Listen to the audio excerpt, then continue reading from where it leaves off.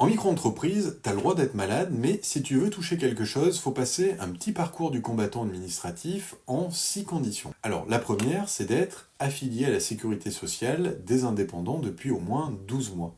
Donc, si tu as créé ta micro l'année dernière, tu peux éternuer tranquille, tu auras juste des Kleenex.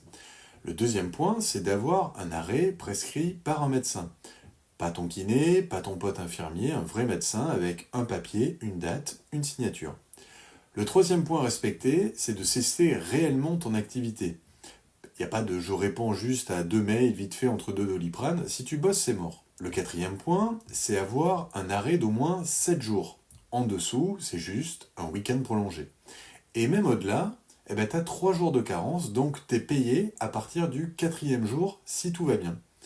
Le cinquième point, c'est avoir un revenu annuel d'au moins 4 400 euros. En dessous, la Sécu, elle considère que tu n'as pas travaillé assez pour être malade. Le sixième point, c'est envoyer ton arrêt dans les 48 heures à la CPAM, parce que la fièvre, ça passe, mais un retard administratif, ça pardonne pas. Alors en résumé, tu cotises, tu déclares, tu joues le jeu, mais tant que t'as pas coché toutes les cases, t'as quand même pas droit à grand chose. Alors autant le savoir avant que la grippe te tombe dessus, nous c'est Manon et Luc, le bureau organisé, on t'aide à comprendre les vraies règles du jeu et à t'organiser pour ne pas tout perdre au premier rhume.